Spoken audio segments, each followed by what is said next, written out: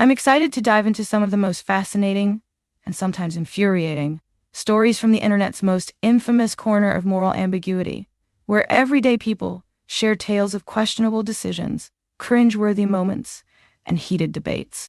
As I delve into these real-life accounts, I'll be asking myself, am I the asshole? Am I the butthole for telling my pregnant sister that I wanted nothing more to do with her baby shower? My late 30s, youngest sister, early 30s, is pregnant with her first child.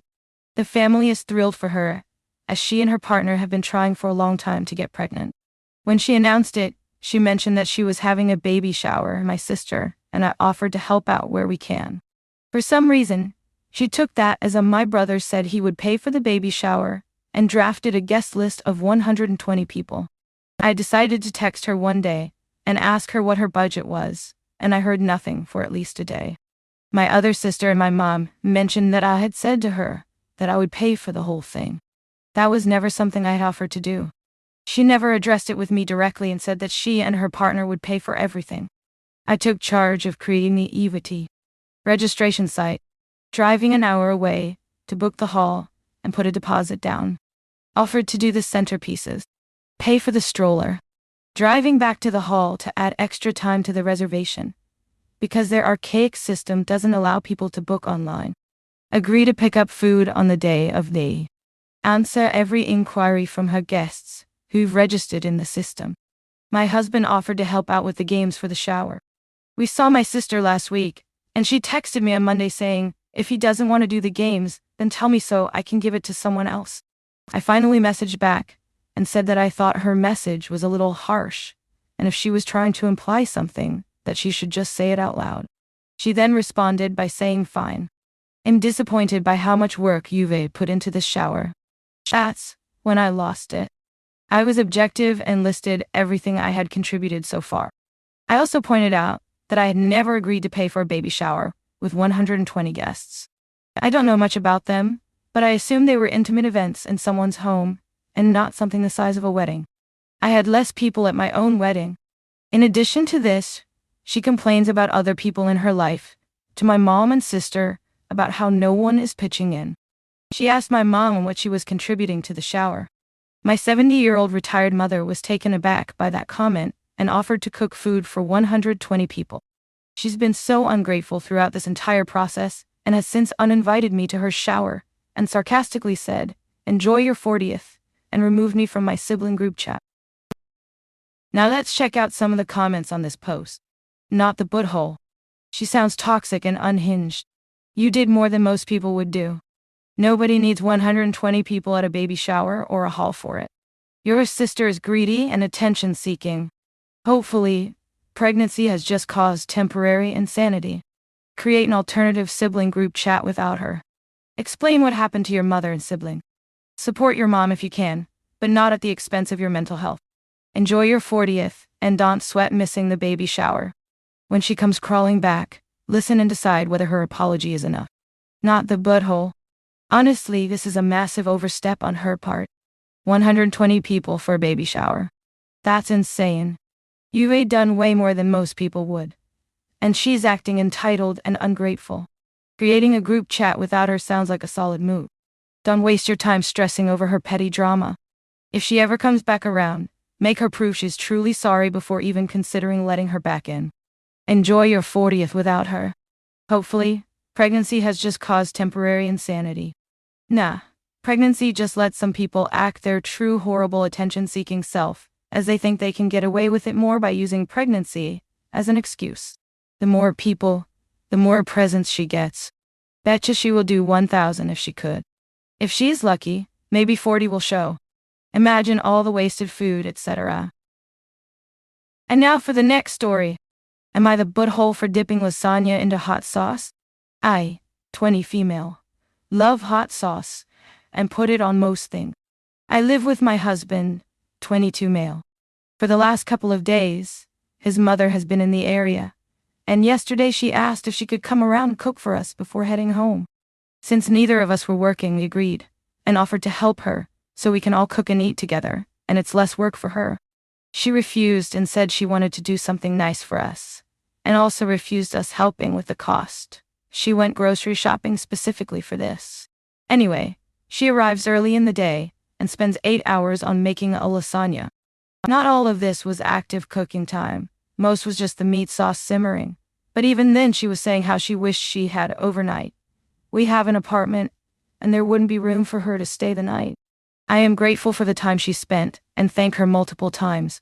Although her coming around for such a long period was more than we had discussed, and did mean we had to reschedule some plans we had made for earlier that day.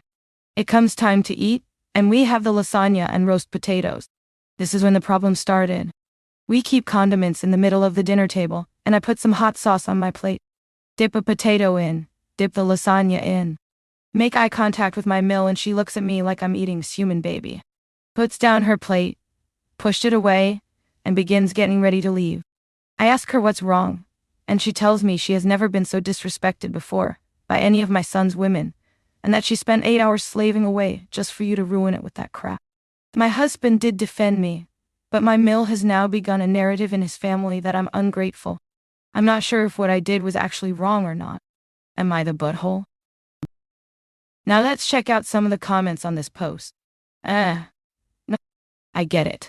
I'm married to a hot saucer. But it sucks when you work hard on a dish and they immediately dump a bunch of hot sauce on it. It's like they're saying, here, fixed it. And I love hot sauce, but when you use a lot of it, that's all you taste. Esh. Sounds like you didn't want her cooking for you anyway. So, job well done, I guess. Also, eating that much for sauce means you are ingesting a ton of sodium. Also, this is just a personal thing, and a side note lol, but I genuinely don't understand why people would just want every single meal they eat, forever, to taste like the same exact sauce. I'm autistic, so I literally hyperfixate on one meal for months, and that would bore the fuck out of me. And hot sauce is a pretty strong flavor. It's not like just adding a tad more salt. Don't you eventually get tired of all your food tasting the same? What's even the point of trying out different foods if you're literally just going to douse it in hot sauce?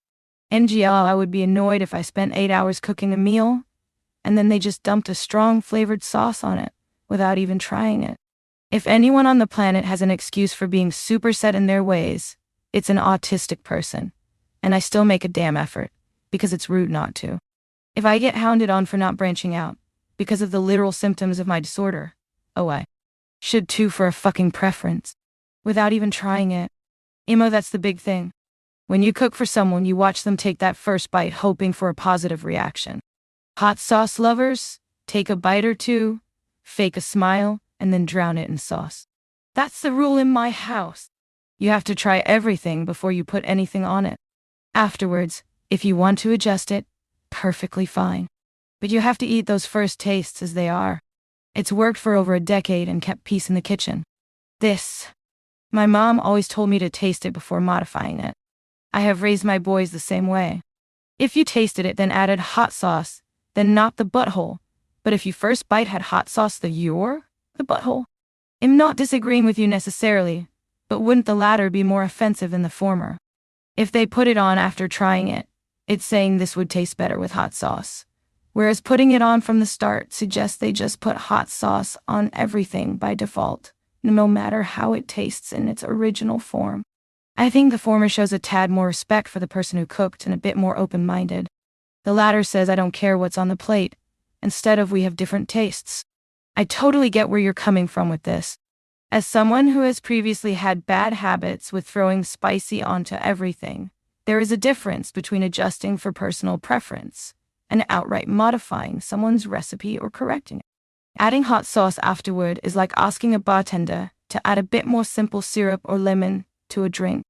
Throwing the hot sauce on before even trying things is the same as telling the bartender they don't know how to make the drink you're asking for. If you try it first, then modify it, you're signaling to me you need a bit more flavoring. If you immediately add salt or modify it, you're telling me my cooking is awful. And now for the next story. Am I the butthole for wanting our own room? My husband's family wants to go on a vacation together. They are technically footing the bill, but going to a timeshare course while they're there, but otherwise it's free. No one is paying any actual money to be there. He has 3 siblings and both parents. 2 siblings are single, and are 41 and 38. The other is engaged and is 36. My husband, 34, and I, 28, have 2 girls who at the time of said vacation will be 1 and 2. They only booked a 2-bedroom house for 10 people, and they expect a family of 4 with children that wake up at the drop of a hat to share a room with one of 2 of said siblings. It's not that I have a problem with his family, but I certainly do not know them well enough to share a bedroom with them, and I think it's completely unfair to expect 2 very young children to stay in a shared room with anyone but their parent. I also think it's unfair to the sibling to be forced to share a room with a family of 4, with 2 very young kids who wake up a bunch at night. I offered to my husband to go down for 3 nights and 2 days in a hotel room, because I don't want to spend a bunch of money on this trip, when 2 months later, we have a trip scheduled that we actually are having to pay for. We have had this trip planned since 2023, and this new trip was originally going to be a cruise that we weren't going to go to anyways, because I get severely motion sick. My husband is annoyed that I can't stomach the room sharing, but I also will be the one dealing with the girls 90% of the time. His family doesn't respect anything I say when it comes to parenting our kid. They both will still be taking naps once a day, and the biggest thing for me, I was forced into this trip. We're going to a place where the girls aren't even going to have much freedom to do anything already. I'm not incredibly annoyed and trying my best to give options so we can go for him, but I just think the whole situation is utter bullshit. And now for the next story. Am I the butthole for not paying my parents' mortgage after my sister moved in a throwaway account? For the past 8 years, I, 32 male, have been paying my parents' property taxes and mortgage. They are retired and have very little retirement savings because they put all their money into my sister, 29 female, and I's education. We both went to top universities and found successful jobs afterward. I felt like I owed my parents for all they sacrificed for me, so it was a no-brainer to help them retire with no financial stress. My parents did not consult my sister about splitting these costs with me instead. The agreement was that I would get a larger share of the house. Fast forward to now, my sister unfortunately lost her job last year, and as a result, doesn't have much savings. She moved in with my parents to save money while she looks for a job. I recently found out that my sister pitched staying permanently in my parents' house, and my parents agreed. I was furious at this, because I had been paying for the house with the understanding that it would be sold, and I would get a larger share. It is very likely my sister never sells the house and instead raises her eventual family there.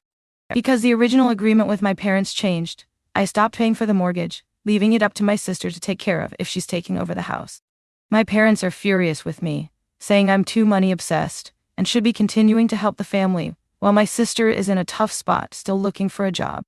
Instead, they are promising that eventually my sister will pay me out from my share of the house, plus whatever else I contributed over 8 years. I turned that offer down because there's no real guarantee this will happen, and I don't trust my sister to follow through financially. I may be the asshole for taking such a cynical stance and leaving my family in financial stress, but I feel like I was already burned once through verbal agreements, and I don't want to get burned again. Am I the butthole? Edit. What? My sister is fully opposed to selling the house because of the sentimental value. I'm not on the deed because when you put someone else on the deed in K, your house is reassessed, and it will double our current property tax. There are also some implications to my parents' Social Security payments if I do so. I wish I got something in writing, but I felt like an asshole asking for something like that from my family. It was naive of me to think that way. Now let's check out some of the comments on this post. 8 years is a long time to be paying a mortgage with only a verbal agreement. Even if you were on great terms, always get things in writing. You could cut your losses here. It is unlikely you'll see your money back. If the house is big enough for sister and potential future family to live in, why didn't parents sell and downsize if it's just the 2 of them? They need to anyway if you cut them off, not the butthole. This is all around poor financial planning. Your parents should put the house into a trust. Also, even if you are morally right, if their house gets foreclosed on, and you lose all your investment, and your parents get thrown on the street, who exactly does that help? Agree, not the butthole. You've been paying for years and now they want to change the game. Protect your interests. The only ahs I see are your parents for being furious with you, instead of grateful for all the time you've helped. I agree with this. Family does help family, and family should be thankful to one another. Like and subscribe for more awesome daily Reddit content. And don't forget to hit the bell to get notified when I upload new videos.